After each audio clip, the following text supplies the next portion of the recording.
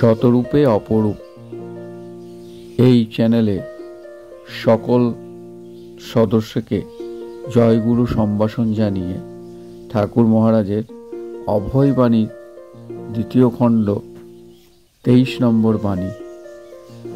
ভালোবাসার পাত্র অযোগ্য বা হীন হলেও অপর পক্ষের ভালোবাসার জোরে তারও উৎকর্ষ হয়ে যায়। ভালোবেসে যেমন চিত্তের উৎকর্ষ হয়, ভালোবাসা পেয়েও তেমনি চিত্তের উৎকর্ষ হয়ে থাকে।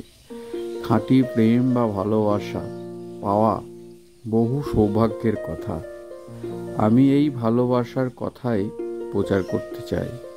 আমার শিষ্য ভক্তদের মাঝে সাধন ভোজন করে কেউ কিছু পায়নি, যা কিছু পেয়েছে বা পাচ্ছে আমাকে ভালোবেসে।